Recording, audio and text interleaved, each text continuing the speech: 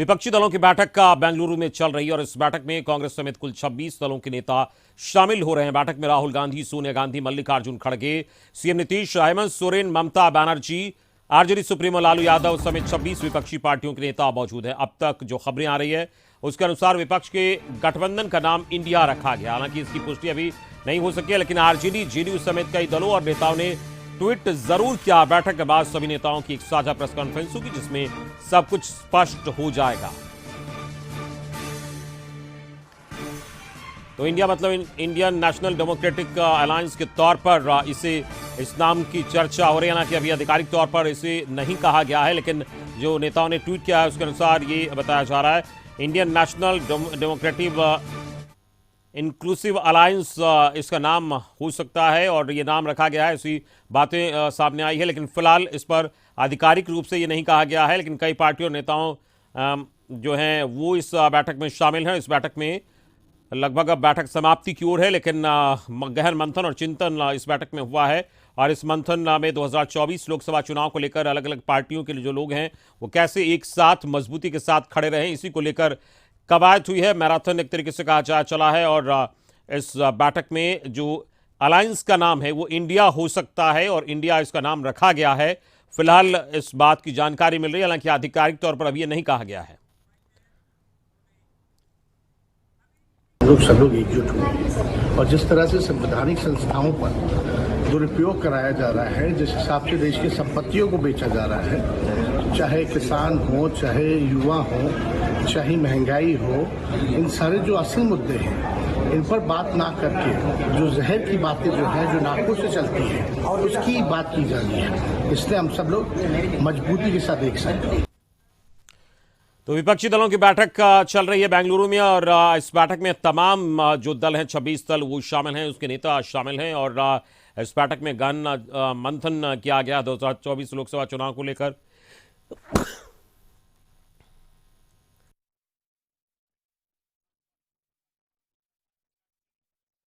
कैसे जो seat sharing की बात है, जो सीट शेयरिंग है वो कैसे हो, इसको लेकर भी इसमें चर्चा की गई है इस बैठक में और महत्वपूर्ण तरीके से सभी बिंदुओं पर इस पर चर्चा हुई है। और जो कॉमन मिनिमम प्रोग्राम क्या हो इस महागठबंधन का उसको भी इसमें चर्चा की गई। साथ ही बेंगलुरु में जो विपक्षी दलों की बैठक हुई है उसमें यूपीए के नए नाम पर चर्चा की बात की गई थी और इस नए नाम पर चर्चा भी हुई है। इंडिया इसका नाम रखा गया, हालांकि आधिकारिक रूप से अभी इसकी पुष्टि नहीं हुई है। और हमारे साथ हमारे संपादक अशोक मिश्र जुड़ गए हैं इस वक्त, हम सीधे उनके बाद चलेंगे। अशोक जी, बैठक लगभग समाप्ति की ओर है, लेकिन एक बातें निकलकर अभी सामने आई है कि इंडिया इस महागठबंधन जो है उसका नाम हो सकता है, इस अलायंस का आधिकारिक पुष्टि हालांकि नहीं हुई है। और क्या जानकारी मिल रही है? देखिए अमित, भले ही मीटिंग की आधिकारिक घोषणा अभी नहीं हुई है, वो कुछ देर के बाद संयुक्त प्रेस कॉन्फ्रेंस में इसकी जानकारी दी जाएगी, लेकिन जो इंडिया नाम रखा गया है उसकी एक तरह से कहिए घोषणा हो चुकी है। आधिकारिक घोषणा की सिर्फ औपचारिकता बाकी है, लेकिन जो अंदर से खबरें आ रही हैं उसके मुताबिक राहुल गांधी यानी कि कांग्रेस के युवराज ने यह प्रस्ताव दिया था कि इस अलायंस का नाम इंडिया हो और जिसे सभी विपक्षी सदस्यों ने सर्वसम्मति से स्वीकार कर लिया। तो हम अपने दर्शकों को ये बड़ी जानकारी दे रहे हैं कि अब देश में इंडिया यानी कि विपक्षी दलों का जो मोर्चा होगा उनके गठबंधन का नाम इंडिया होगा। यानी कि ये जो बीजेपी का गठबंधन है, जो पहले से केंद्र सरकार में जो भागीदार हैं उनके गठबंधन का नाम एनडीए है और उनके खिलाफ जो विपक्षी दलों की सहमति बनी है उस नए गठबंधन का नाम इंडिया होगा। यानी कि कहीं न कहीं नीतीश कुमार ने जो विपक्षी एकता की मुहिम की शुरुआत की थी वह उसकी शुरुआत को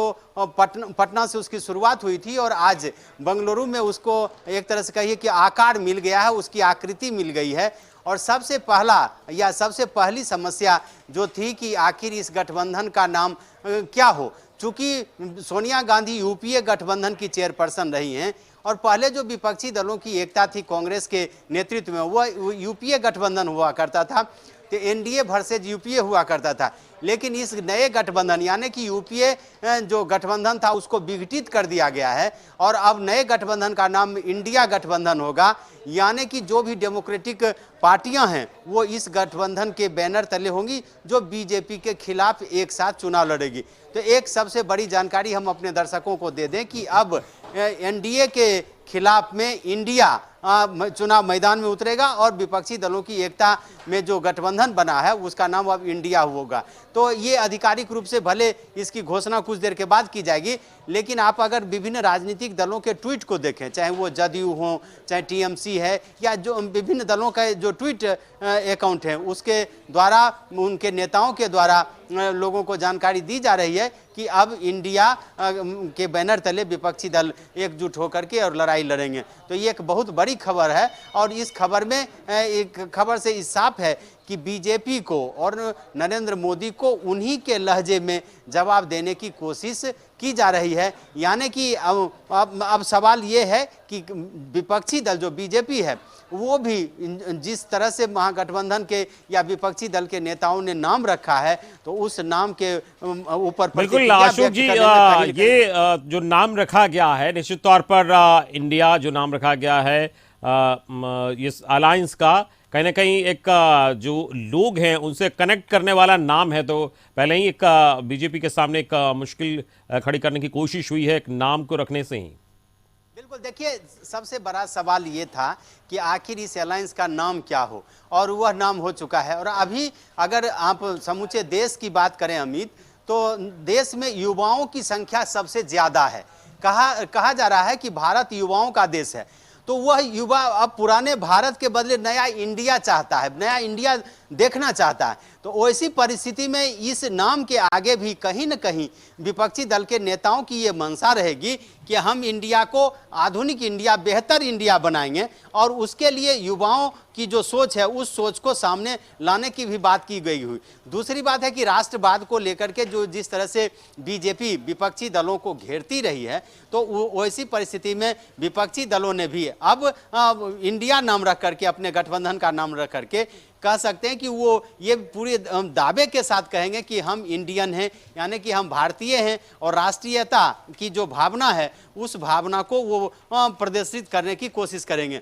तो एक तरह से चुनावी तो अभियान तो बाद में चलेगा, लेकिन इतना जरूर कह सकते हैं कि विपक्षी दलों ने जो रणनीति बनाई है उस रणनीति के तहत ही गठबंधन का नाम इस तरह का रखा गया है जिस नाम से भारत के अधिकांश लोग परिचित हो और खास करके युवा पीढ़ी इस नाम से पूरी तरह से परिचित है। तो इसलिए युवाओं को ध्यान में रख करके मुझे लगता है कि इन लोगों ने, चूंकि अधिकांश वोटर भी अब युवा हैं, चूंकि उनकी संख्या सबसे ज्यादा है और 21 वर्ष से ऊपर के जो युवा हैं वो सभी मतदाता हैं, तो युवाओं को आकर्षित करने के लिए अब इसकी झलक अब जब कॉमन मिनिमम प्रोग्राम तय होगा और जब विपक्षी दलों का एजेंडा होगा और इनके जो चुनावी घोषणा पत्र होंगे तो उसमें आपको दिखेगा कि युवाओं की मांगों से संबंधित झलक इसमें दिखेगी। जो आप याद करिए, अगर 2014 में जिस तरह से नरेंद्र मोदी प्रधानमंत्री पद के उम्मीदवार हुए थे, तो जिस तरह से बीजेपी ने उनको प्रधानमंत्री के पद के उम्मीदवार के रूप में चुनाव मैदान में उतारा था,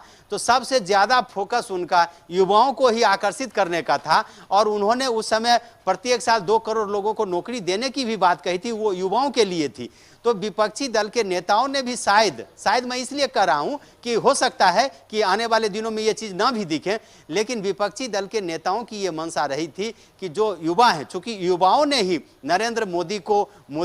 मोदी बनाया, युवाओं ने ही लगातार दूसरी बार प्रधानमंत्री के रूप में उनको बिठाया दिल्ली की गद्दी पर, तो विपक्षी दल के नेताओं को भी लगता होगा कि युवाओं को आकर्षित करने के लिए इंडिया से बेहतर कोई दूसरा नाम नहीं हो सकता है और इसलिए यह नाम रखा गया है। और इसके पीछे जो तर्क दिए गए हैं, जिस तरह से शब्दों का प्रयोग किया गया है, वो भी काफी बेहतर। चलिए, इस पूरी बातचीत में बहुत बहुत शुक्रिया आपका। हमारे संपादक अशोक मिश्रा इस वक्त न्यूज रूम से हमारे साथ जुड़े थे, बता रहे थे किस तरीके से बैठक में जो नाम का ऐलान किया गया है इंडिया यानी Indian national democratic inclusive alliance रखा गया नाम इसका, और इस पर आधिकारिक रूप से इसकी घोषणा की जाएगी और कहीं ना कहीं कनेक्टिंग नाम रखने की कोशिश विपक्ष की ओर से हुई है।